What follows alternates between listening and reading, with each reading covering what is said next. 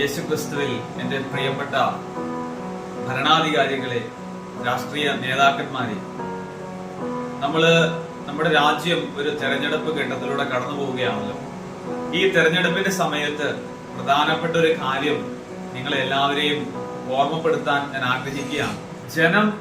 ജനങ്ങൾക്ക് വേണ്ടി ഭരണം നടത്താൻ തെരഞ്ഞെടുക്കുന്നവരാണല്ലോ ഭരണാധികാരികൾ.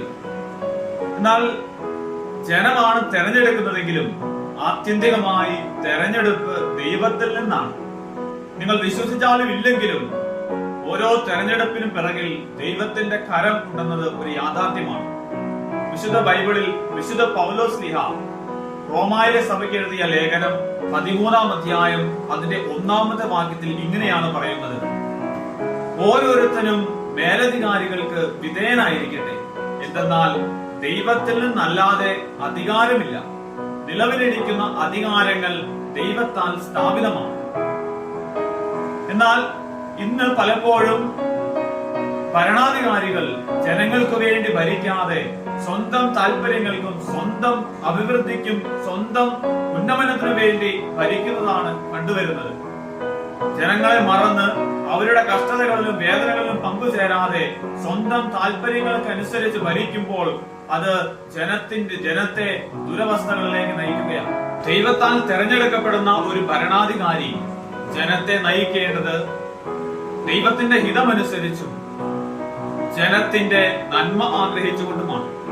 അങ്ങനെ ദൈവത്തിന്റെ ഹിതമനുസരിച്ചും ജനത്തിന്റെ നന്മ ആഗ്രഹിച്ചുകൊണ്ടും ഭരിക്കുന്ന ഒരു ഭരണാധികാരിക്ക് ഉണ്ടായിരിക്കേണ്ട പ്രധാനപ്പെട്ട 2 ഗുണങ്ങളാണ്: 1 ജ്ഞാനവും, 2 വിവേകവും. ഇവ രണ്ടും ലഭിക്കുന്നത് ദൈവത്തിൽ നിന്നാണ്. വിശുദ്ധ ബൈബിളിൽ സോളമൻ രാജാവ്, ഇസ്രായേലിന്റെ രാജാവായിരുന്ന സോളമൻ പ്രാർത്ഥിച്ചത് ഈ ജ്ഞാനത്തിനും വിവേകത്തിനും വേണ്ടിയാണ്. വിശുദ്ധ ബൈബിളിൽ 2 ദിനവൃത്താന്തം അതിന്റെ 1-ാം അധ്യായം 10-ാം വാക്യത്തിൽ നാം ഇങ്ങനെയാണ് കാണുന്നത്: സോളമൻ ദൈവത്തോട് പ്രാർത്ഥിച്ചു, ഈ ജനത്തെ നയിക്കാൻ ജ്ഞാനവും വിവേകവും എനിക്ക് നൽകണമേ. ഇവയില്ലാതെ ഈ വലിയ ജനതയെ ഭരിക്കാൻ ആർക്കു കഴിയും? പ്രിയപ്പെട്ടവരെ, സോളമന്റെ പ്രാർത്ഥന കേട്ട് ദൈവം സോളമന് ജ്ഞാനവും വിവേകവും മാത്രമല്ല, മറിച്ച് സമ്പത്തും വലിയ മഹത്വവും നൽകുന്നത് നമ്മൾ വായിക്കുകയാണ്.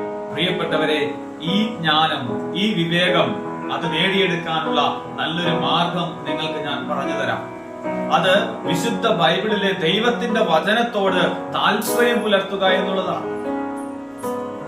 വിശുദ്ധ ബൈബിളിലെ ജ്ഞാനത്തിന്റെ പുസ്തകം 6-ാം അധ്യായം അതിന്റെ 11-ാമത്തെ വാക്യത്തിൽ വചനം ഇങ്ങനെയാണ് പറയുന്നത്: എന്റെ വചനങ്ങളിൽ അഭിലാഷം അർപ്പിക്കുവിൻ, അവയോട് തീവ്രാഭിനിവേശം കാണിക്കുവിൻ, നിങ്ങൾക്ക് ജ്ഞാനം ലഭിക്കും. പ്രിയപ്പെട്ടവരെ, ഈ വിശുദ്ധ ബൈബിളിലെ വചനങ്ങൾ ലോക ചരിത്രത്തിൽ അനേകർക്ക് വഴികാട്ടിയായിട്ടുണ്ട്. അനേകം മഹാന്മാരുടെ ജീവിതങ്ങൾ രൂപപ്പെടുത്തിയത് ഈ വിശുദ്ധ വചനമാണ്. അനേകം വ്യക്തികളുടെ ജീവിതത്തെ ഈ വചനങ്ങൾ മാറ്റിമറിച്ചിട്ടുണ്ട്. അനേകരുടെ ജീവിതത്തിൽ ഈ വചനങ്ങൾ അത്ഭുതമായി മാറിയിട്ടുണ്ട്. ദൈവം നൽകുന്ന ജ്ഞാനത്തോടും വിവേകത്തോടും കൂടെ ജനത്തെ ഭരിക്കാൻ എല്ലാ ഭരണാധികാരികൾക്കും, അതോടൊപ്പം തന്നെ ദൈവം ആഗ്രഹിക്കുന്ന ഭരണാധികാരികളെ തെരഞ്ഞെടുക്കാൻ ദൈവജനത്തിനും കൃപ ലഭിക്കട്ടെ എന്ന് പ്രാർത്ഥിക്കുന്നു. ദൈവം നിങ്ങൾ എല്ലാവരെയും സമൃദ്ധമായി അനുഗ്രഹിക്കട്ടെ, ഇപ്പോഴും എപ്പോഴും എന്നേക്കും. ആമേൻ.